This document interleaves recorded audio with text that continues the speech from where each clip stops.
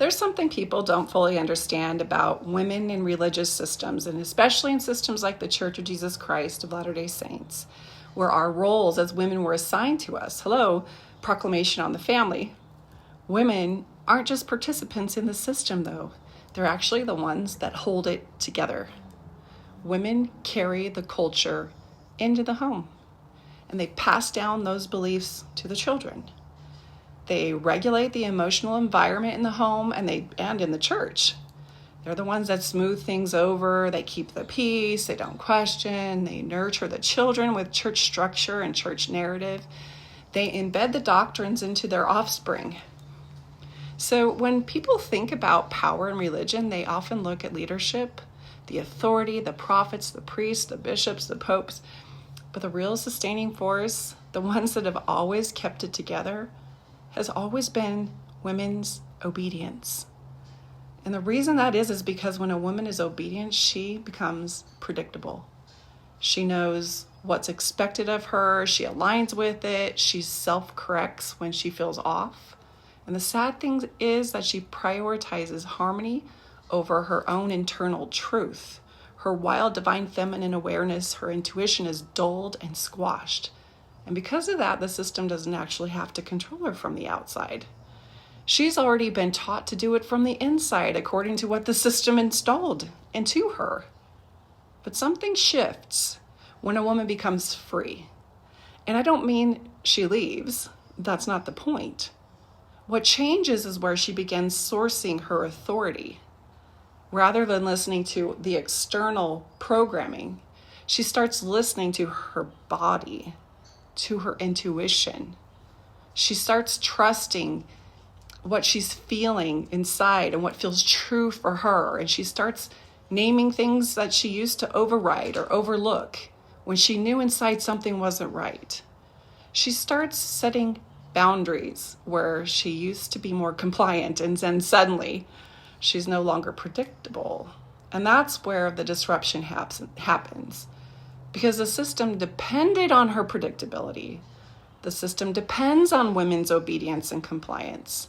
The system depends on women continuing to reinforce it without questioning it.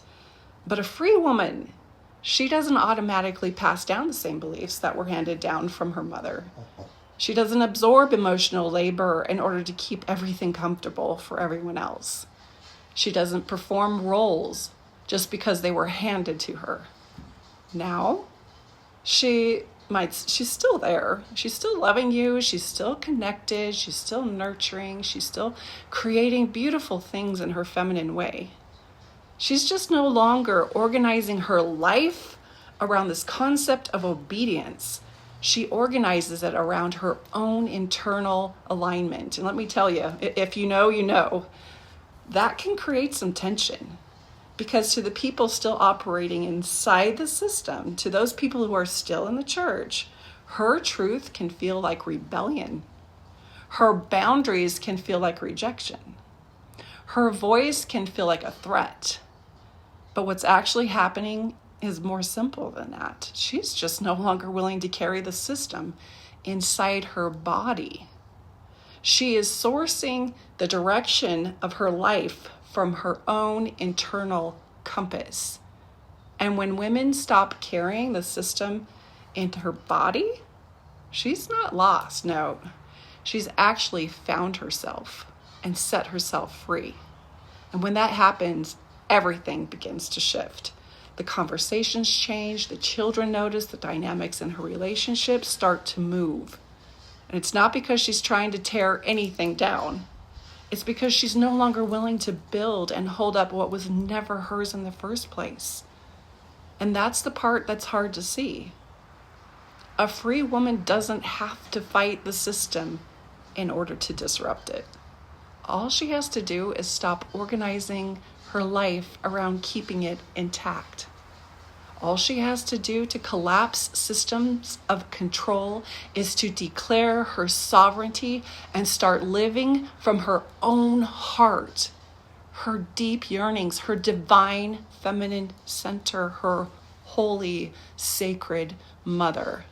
A free woman becomes the biggest threat to systems of control because the effort that she's made to set herself free and embody her own inner guidance, it begins to ripple out to everyone she touches.